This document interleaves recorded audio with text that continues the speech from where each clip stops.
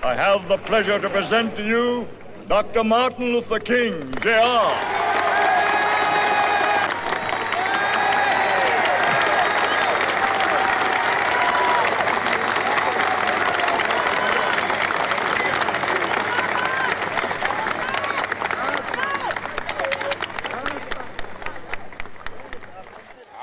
Happy to join with you today in what will go down in history as the greatest demonstration for freedom in the history of our nation.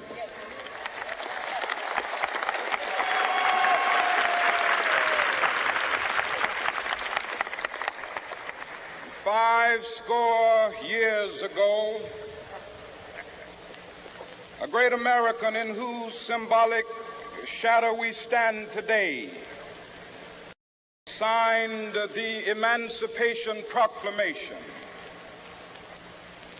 This momentous decree came as a great beacon light of hope to millions of Negro slaves who had been seared in the flames of withering injustice. It came as a joyous daybreak to end the long night of their captivity. But 100 years later, the Negro still is not free. 100 years later, the life of the Negro is still sadly crippled by the manacles of segregation and the chains of discrimination. 100 years later, the Negro lives on a lonely island of poverty in the midst of a vast ocean of material prosperity. This nation will rise up and live out the true meaning of its creed. We hold these truths to be self-evident, that all men are created equal.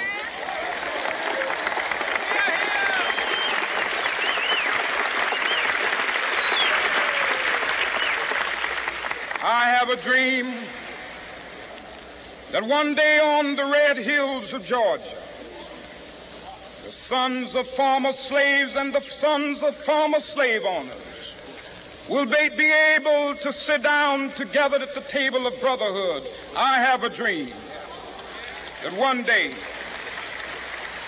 even the state of Mississippi, a state sweltering with the heat of injustice, sweltering with the heat of oppression, will be transformed into an oasis of freedom and justice. I have a dream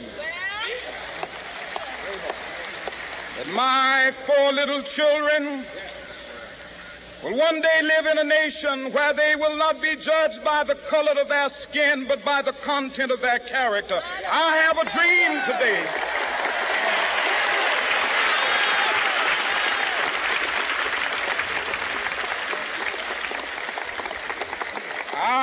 a dream that one day down in Alabama, with its vicious racists, with its governor having his lips dripping with the words of interposition and nullification, one day right there in Alabama, little black boys and black girls will be able to join hands with little white boys and white girls as sisters and brothers. I have a dream today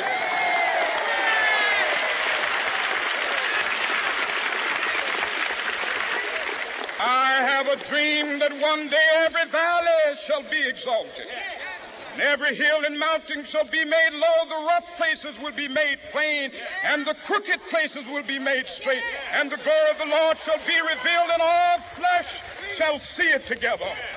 This is our hope. This is a faith that I go back to the South with.